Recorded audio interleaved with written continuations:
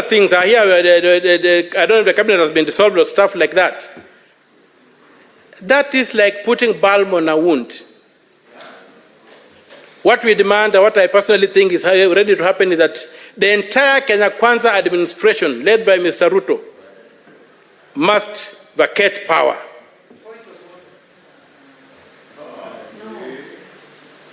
The call that Ruto must go is not an idle call. It's a call whose time has come.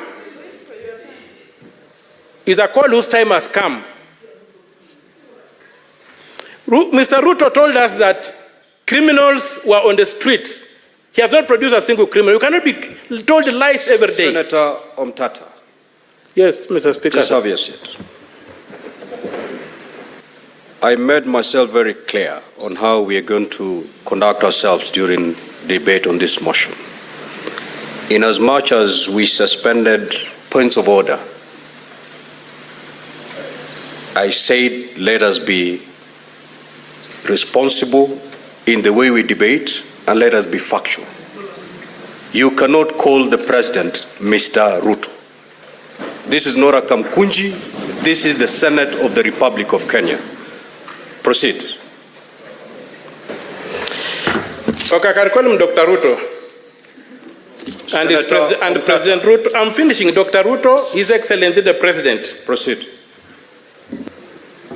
But he never ceased being a Mr., so all those titles are apply to him, if my English is correct. So I'm demanding that President Ruto vacates office as the only honorable thing to do. He's unable to balance our budget. It has collapsed. Everything around him is collapsing. So you cannot say that his juniors should bear the burden. The ball stops with him,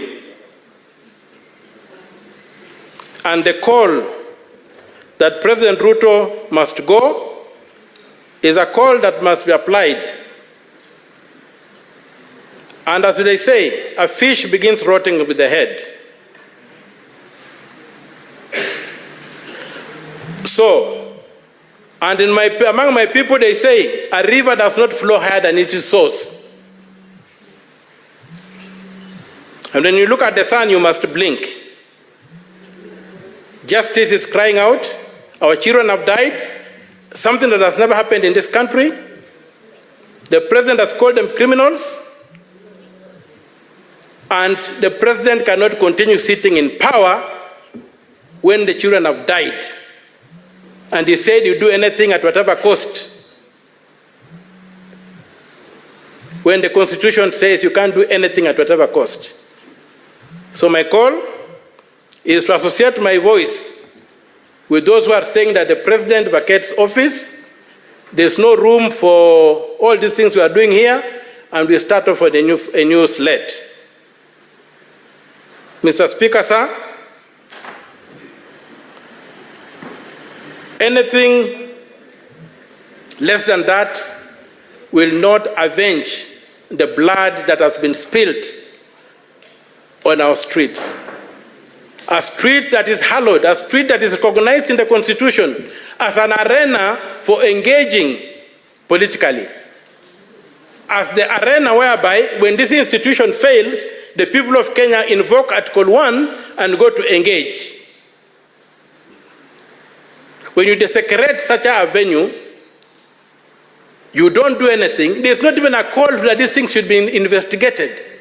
Instead, they're trying to say that we go and have dialogue to assage, to see, I don't know how to distort what is happening, to do whatever, to see how. I just look at these people like prison guards who are fighting for who becomes the chief warden. Then they learn that there's a prison break. So they all forget about what they were fighting for. They say the first thing we must do is to ensure that this prison is not destroyed. Because their business is the prison.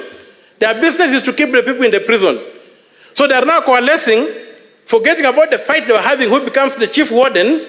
Now they are saying the prison must be kept intact. We are not going to allow that. This country has moved. The government that has to govern this country must govern by law.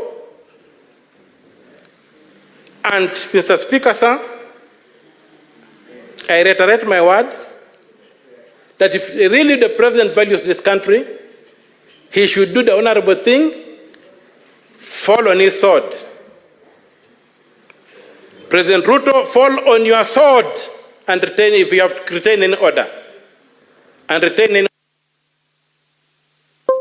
Well, 1 minute, you wind up your thoughts, Senator OMTATAH. Just 1 minute.